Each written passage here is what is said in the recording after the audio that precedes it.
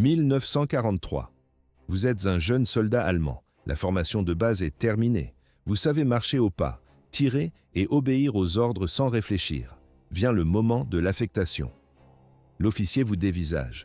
Il remarque votre carrure, plus solide que la moyenne, ou peut-être vos scores au stand de tir. Parfois, c'est juste une case vide à remplir dans un tableau. L'ordre tombe. Vous serez le mitrailleur de l'escouade. À cet instant, vous ne saisissez pas encore la portée de ces mots.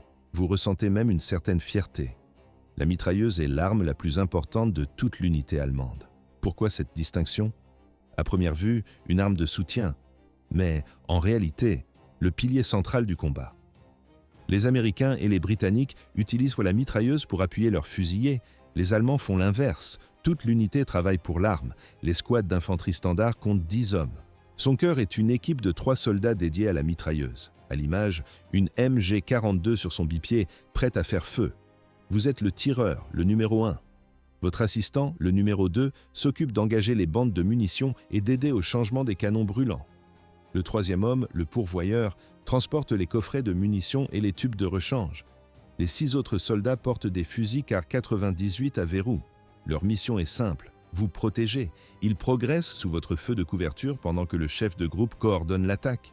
Tout le dispositif tourne autour d'un seul objectif, maintenir votre arme en état de tirer. Mais ce n'était que le début. Le poids de l'acier et le bruit des détonations allaient très vite remplacer la fierté des premiers séjours. Sur le terrain, porter la mitrailleuse signifie devenir la cible prioritaire de l'ennemi. Le destin d'une escouade entière repose désormais sur vos épaules. 1200 coups par minute. C'est la cadence de tir de votre arme, la MG42. Si vous êtes au début du conflit, vous portez peut-être sa grande sœur, la MG34. Peu importe le modèle, le résultat est identique. Vous tenez entre vos mains la puissance de feu la plus dévastatrice du champ de bataille. À l'image, un tube d'acier noir, un bipied enfoncé dans la terre et une bande de munitions qui ondule. 20 balles par seconde. Aucune arme alliée ne peut rivaliser avec une telle fréquence. C'est un mur de plomb continu. Comment gérer une telle puissance? Le secret réside dans le chargeur. Vous utilisez des cartouches Mauser de 8 par 57 mm, les mêmes que celles des fusils d'infanterie. Mais ici, une balle traçante est insérée tous les 5 projectiles. Sur la vidéo, on voit des traînées lumineuses qui déchirent l'obscurité. Ces points brillants vous permettent de diriger votre tir et d'ajuster votre visée en temps réel. Vous ne portez qu'un pistolet à la ceinture. Votre machine gun est devenue votre seul univers. À vos côtés, votre assistant enfile des gants en amiante. Il doit pouvoir saisir le canon brûlant à main nue pour le changer en quelques secondes. À première vue, une puissance illimitée. Mais en réalité, un défi logistique permanent. Une boîte de munitions standard contient 250 cartouches. À pleine cadence, vous videz cette réserve en seulement 10 secondes de tir continu. La discipline est votre seule chance de survie. Vous devez tirer par rafales courtes et contrôlées. Si vous cédez à la panique, vous vous retrouverez avec une arme vide au pire moment possible. Et n'oubliez pas, chaque boîte de munitions pèse son poids, et c'est un homme qui doit les transporter sous le feu pour vous permettre de continuer à tirer. Mais il y a un détail que les instructeurs ne mentionnent jamais. Vous n'êtes pas seulement le soldat le plus important de l'escouade, vous êtes aussi l'homme le plus traqué de toute la zone de combat. Pourquoi un tel acharnement? La réponse est mathématique. Votre mitrailleuse cause environ 15 fois plus de pertes qu'un simple fusilier de ligne. Pour l'ennemi, vous éliminer n'est pas une option, c'est une priorité absolue. Supprimer le mitrailleur, c'est paralyser instantanément toute la puissance de feu de l'unité adverse. Le bruit de la culasse qui claque est un signal. Chaque soldat ennemi qui a survécu à une MG42 connaît ce son par cœur. Dès que vous appuyez sur la détente, vous devenez la cible numéro 1. Les tireurs d'élite, les mortiers et l'artillerie se règlent sur votre position. La chasse est ouverte, l'erreur est désormais interdite. 19 ans. C'était l'espérance de vie maximale que Sepp Allerberger s'attribuait en 1943. Cet Autrichien n'était pas un volontaire, c'était un simple conscrit envoyé sur le front de l'Est. Sa fonction, tireur de mitrailleuse. Pourquoi sa peur était-elle si grande? La réponse tient en un mot, la priorité. Sur le champ de bataille, la mitrailleuse est l'arme à abattre. Allerberger l'a compris dès ses premiers jours sous le feu. Il a vu les mortiers, les canons d'infanterie et les tireurs d'élite se focaliser sur une seule cible, la sienne. Les pertes chez les mitrailleurs étaient massives, bien plus élevées que dans n'importe quelle autre unité d'infanterie. À l'image, Un champ de bataille dévasté et le sifflement des balles. Hallerberger a fait le calcul. Rester derrière son arme, c'était accepter une condamnation à mort. S'il voulait atteindre son prochain anniversaire, il devait changer de spécialité. Rapidement. L'occasion se présente à Voroshilovsk. Blessé, Hallerberger est évacué vers l'arrière. Durant sa convalescence, il ne se repose pas. Il récupère un fusil de précision russe capturé et commence à s'entraîner. Les résultats sont immédiats. Il est d'une précision chirurgicale. Ses supérieurs remarquent son talent et valident son transfert. Il devient le spécialiste sniper de son régiment. Ce choix lui a sauvé la vie. Hallerberger terminera la guerre avec 257 victimes confirmées. Il est aujourd'hui le deuxième tireur d'élite le plus prolifique de l'armée allemande. Mais rien de tout cela ne serait arrivé s'il n'avait pas abandonné sa mitrailleuse.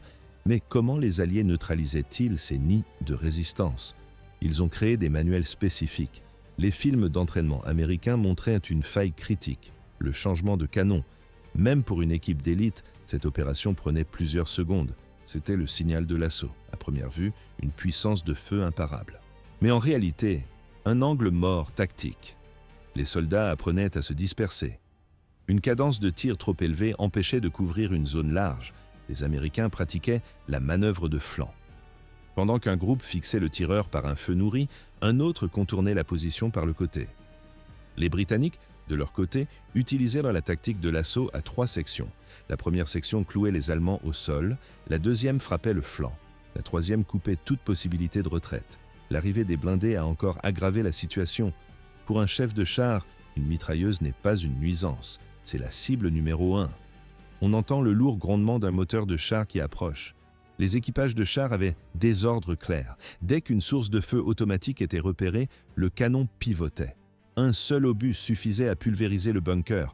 Le mitrailleur n'avait aucune chance. Les Alliés connaissaient la règle, éliminer la mitrailleuse pour exposer l'infanterie. Pour y parvenir, ils utilisaient la force brute. Des obus explosifs frappaient directement les nids de mitrailleuses. Si cela ne suffisait pas, ils sortaient de l'arsenal spécialisé contre les bunkers. Les obus au phosphore blanc étaient les plus redoutés. Officiellement, ce sont des munitions fumigènes. En réalité, le produit brûle à des températures extrêmes. La substance colle à la peau, aux vêtements, au métal. L'eau ne peut pas éteindre ces blessures. Il y avait aussi le Churchill Crocodile, un char lance-flammes britannique capable de projeter du carburant en feu à plus de 90 mètres. Une fois à portée de tir, tout était fini. Aucun espoir de survie. Comment les mitrailleurs allemands survivaient-ils assez longtemps pour infliger de telles pertes? La réponse tient en 2 mots, tactique et équipement. En position défensive, la MG-42 dominait le terrain. Les équipages ne restaient jamais fixes. Ils préparaient 3 ou 4 emplacements de tir différents. Ils tiraient quelques rafales, puis changèrent de place immédiatement. À l'image, un nuage de fumée à un endroit, mais le tir suivant vient de 10 mètres plus loin. Cela créait une illusion de nombre. Les officiers alliés ne savaient plus où diriger l'artillerie. Les chars visaient des positions déjà vides. L'élément central de cette défense était le trépied Lafette 42, un bloc d'acier de 20 kg. Cet outil transformait une mitrailleuse légère en une pièce d'artillerie de précision. À première vue, un simple support de métal, mais en réalité, une merveille d'ingénierie. Le Lafette possédait des ressorts tampons pour absorber le recul violent. Il intégrait des commandes de visée micrométriques et des optiques de haute qualité. Résultat, la portée efficace passait à 3000 mètres. Mais l'invention la plus ingénieuse restait le Tiefenfeuer automate. Un dispositif mécanique comparable à un mouvement d'horlogerie. Le tireur réglait 2 limites de distance et une zone de balayage. Il choisissait un secteur précis, une route, un pont ou un carrefour. Une fois la gâchette pressée, l'automate prenait le relais. La mitrailleuse balayait la zone prédéfinie de gauche à droite de façon cyclique. Le soldat n'avait même plus besoin d'être derrière l'arme. Il attachait une ficelle à la détente et se cachait au fond de sa tranchée, à l'abri des éclats. La machine travaillait seule, elle crachait du plomb pendant que l'homme restait en vie. L'erreur des assaillants était de croire qu'ils affrontaient un homme. Ils affrontaient un système automatisé. C'est ainsi que quelques hommes pouvaient stopper des bataillons entiers. Les équipages allemands travaillent en binôme pour tendre des pièges mortels. La tactique est simple et brutale. Une première mitrailleuse tire des balles traçantes très haut dans le ciel. L'objectif est de tromper l'adversaire. Les soldats alliés pensent que les tirs visent leur position arrière. Ils se sentent en sécurité et se lèvent pour avancer. C'est à cet instant que la deuxième mitrailleuse entre en action. Elle fauche tout ce qui bouge. Ces méthodes fonctionnent parfaitement. Dans les haies de Normandie ou les montagnes d'Italie, le résultat est le même. Les équipes de mitrailleurs allemands infligent des pertes catastrophiques aux troupes alliées durant tout le conflit. Mais cette efficacité a un prix. Être un bon tireur fait de vous la cible prioritaire. Les snipers ennemis vous tractent sans relâche. Günther Koschorek est l'un de ces hommes. Il sert comme mitrailleur au sein de la 24e Panzerdivision sur le front de l'Est. Dans son sac, il cache un objet interdit, un journal de bord. Le règlement est strict. Aucun soldat au combat ne doit documenter son quotidien. Le risque est trop grand si les documents tombent entre les mains de l'ennemi. Koschorek ignore les ordres. Il écrit sur chaque morceau de papier qu'il parvient à récupérer. À l'image, des pages froissées et de l'encre délavée. Pour cacher son travail, il coude les feuilles directement dans la doublure de son manteau d'hiver. Lors de chaque permission, il confie ses pages secrètes à sa mère. Le journal disparaît après la chute du régime. Il ne refait surface que des décennies plus tard, lorsque Koschorek retrouve sa fille aux États-Unis. Ses écrits deviennent un livre, sang rouge sur la neige. Pourquoi ce témoignage est-il unique? Il montre précisément comment le combat brise un être humain. Au début de son service, Koschorek décrit l'impatience des troupes. Ce sont de jeunes hommes pleins d'enthousiasme. Ils croient au discours sur la gloire et le devoir. Ils veulent en découdre. 3 semaines de combat réels suffisent à tout détruire. Le changement est radical. Koschorek écrit que plus personne ne parle d'héroïsme. L'enthousiasme a disparu. Il ne reste qu'un seul désir, sortir vivant de ce piège mortel. Il décrit des scènes d'horreur pure. Ses amis proches sont pulvérisés par les obus.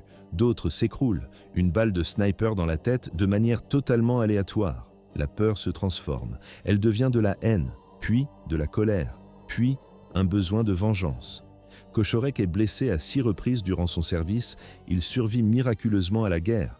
Mais l'homme qui rentre chez lui n'a plus rien à voir avec le jeune soldat volontaire du départ. Le front a effacé l'individu. Ainsi s'est achevée sa transformation. 6 juin 1944. Omaha Beach. Heinrich Severlo a 20 ans. Il est un mitrailleur dans la 352e division d'infanterie. Sa position, le nid de résistance numéro 62. Il surplombe la plage. À l'image, des falaises de calcaire et un bunker bétonné. Quand les barges de débarquement américaines touchent le sable, Severlo est déjà derrière sa MG-42. Sa position est surélevée. Le champ de tir est totalement dégagé. Rien pour se cacher. Dans ses mémoires, Severlo donne des chiffres vertigineux. Il affirme avoir tiré 12 000 cartouches de mitrailleuse en 9 heures. Il ajoute 400 coups de fusil de précision. Son bilan personnel, entre 1000 et 2000 victimes. Pourquoi de tels chiffres posent-ils problème? La réalité est différente. Les historiens sont formels. Sur les 10 km d'Omaha Beach, les pertes américaines totales s'élèvent à 2400 hommes, toutes causes confondues. Qu'un seul tireur ait éliminé la moitié des troupes d'invasion est impossible. Mais ce n'était que le début du traumatisme. À première vue, un soldat efficace. Mais en réalité, un homme brisé. Peu importe l'exactitude des chiffres, la mémoire et le choc ont tout amplifié. Une certitude demeure, les hommes comme Severlo ont transformé la plage en abattoir. Depuis leur nid d'aigle, ils ont fauché des vagues entières de soldats sortant des barges. La suite de son parcours révèle l'impact psychologique de ce massacre. Pendant des décennies, Severlo sombre, dépression sévère, troubles du sommeil chronique, cauchemars répétitifs. La caméra enregistre le regard fixe d'un homme qui ne dort plus. Un souvenir précis le hante plus que tout le reste. Ce n'est pas le bruit de la mitrailleuse, c'est un tir unique. Il repère un soldat américain avec un lance-flamme. L'homme a trouvé un abri sur le sable. Severlo lâche sa MG-42. Il saisit son fusil Kar 98, il vise, il tire. Ce meurtre individuel et délibéré pèse plus lourd que les milliers de balles envoyées dans la masse. Tuer une foule est impersonnel. Viser un homme précis change tout, c'est le poids de l'intention. Pendant 40 ans, il garde le silence. Il n'en parle jamais à ses 4 enfants. Il porte ce secret comme un fardeau physique. Finalement, il entame une recherche. Il utilise le livre Le jour le plus long de Cornelius Ryan. Il finit par identifier un aumônier américain, David Silva. Silva a reçu 3 balles dans la poitrine ce jour-là sur Omaha Beach. Les 2 hommes se rencontrent des années après la guerre. Ils tombent dans les bras l'un de l'autre. Ils restent enlacés pendant 5 minutes. On entend uniquement le bruit du vent. Severlo rejoint ensuite une association d'objecteurs de conscience. Il attend 55 ans après le débarquement pour publier son récit. Il a passé le reste de sa vie à chercher une rédemption impossible. L'histoire s'est arrêtée là. La mort était une certitude, mais la capture était une agonie. Sur le front de l'Est, la reddition n'était pas une option de survie, c'était un arrêt de mort immédiat. Pourquoi personne ne revenait des camps? La réponse est brutale. Le sniper Alaboga, ancien mitrailleur, l'a consigné dans ses mémoires. Loin des caméras de propagande, aucun prisonnier ne survivait plus de quelques minutes après avoir levé les mains. 4 années de massacres réciproques avaient supprimé toute trace d'humanité. La haine était devenue la seule règle. À la fin de la guerre, être capturé signifiait être exécuté sur place. Le sort des mitrailleurs était le plus sombre. Les soldats d'en face venaient de voir leurs camarades se faire faucher par dizaines. La vengeance était instantanée. À l'image, des corps étendus dans la boue, sans vie. Même sur le front de l'Ouest, la situation a basculé. La Convention de Genève existait sur le papier, mais sur le terrain, la réalité était différente. Le massacre de Malmedy en décembre 1944 a tout changé. Les troupes de la Waffen-SS y ont exécuté 84 prisonniers américains. La réaction ne s'est pas fait attendre. Des unités américaines ont reçu des ordres officieux. Des consignes claires sur la manière de traiter certains prisonniers. Un soldat qui voit ses amis déchirés par une rafale de MG42 ne cherche pas à négocier. Il ne fait pas de quartier lorsqu'il prend enfin la position ennemie. À première vue, un simple interrogatoire, mais en réalité, une exécution sommaire. Sevillo connaissait cette règle non écrite. Lors de sa capture, il a gardé le silence sur ses fonctions. Il savait que les hommes qui pointaient leurs fusils sur lui appartenaient au régiment qui l'arrosait de balles depuis le matin même. Une seule erreur d'identité et il finissait contre un mur. La situation a empiré pour l'Allemagne. Les mois passaient et le danger augmentait. Les équipages expérimentés, ceux qui s'étaient entraînés pendant des années, disparaissaient. Ils étaient tués plus vite qu'ils ne pouvaient être remplacés par les centres de formation. On voit sur les archives, les visages sont de plus en plus jeunes. Les nouveaux mitrailleurs arrivaient au front avec une instruction dérisoire. Parfois, ce n'étaient que des adolescents ou des hommes âgés, mobilisés de force pour combler les vides. Le manque de main-d'œuvre était total. La machine de guerre allemande s'effondrait sur elle-même. L'histoire s'est arrêtée là pour la plupart d'entre eux. 1944. Les ressources s'épuisent. Le Reich n'a plus les moyens de ses ambitions techniques. Les machines tombent en panne. Le matériel qui aurait dû être retiré du front reste en service jusqu'à la rupture. Dans les usines, les cadences augmentent et la qualité s'effondre. Les ouvriers coupent les étapes. Résultat, les cartouches arrivent défectueuses. Elles s'enrayent ou ne partent pas. Exactement au moment où le soldat presse la détente pour sauver sa vie. À l'image, un chargeur qui bloque. Le métal grince. Pendant ce temps, les Alliés progressent. Américains et Britanniques détruisent les nids de mitrailleuses avec une précision chirurgicale. Ils apportent plus de puissance de feu et des tactiques mobiles. Côté allemand, c'est l'hémorragie. Les tireurs d'élite et les mécaniciens qualifiés meurent au combat. On ne les remplace pas. Il ne reste que des recrues mal formées face à une machine de guerre rodée. Pourquoi les Allemands continuaient-ils de tirer? Ils n'avaient plus le choix. Mais la défense était devenue une agonie lente. À première vue, une armée organisée, mais en réalité, une retraite permanente. La fin de l'année 1944 marque un tournant. Le combat défensif est implacable. Les unités s'installent, tirent quelques rafales, infligent des pertes, puis reculent vers la position suivante. Le cycle se répète sans fin.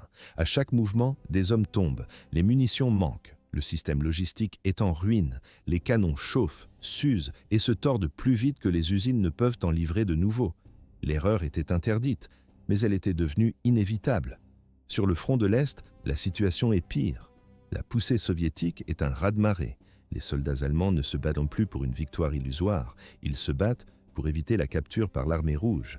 Les récits de représailles circulent dans les rangs. La peur est le seul moteur. Des divisions entières percent vers l'ouest. Elles traversent les lignes soviétiques dans un dernier effort. L'objectif unique, atteindre les lignes américaines ou britanniques pour se rendre. La caméra montre des colonnes de prisonniers marchant dans la boue. Les visages sont vides.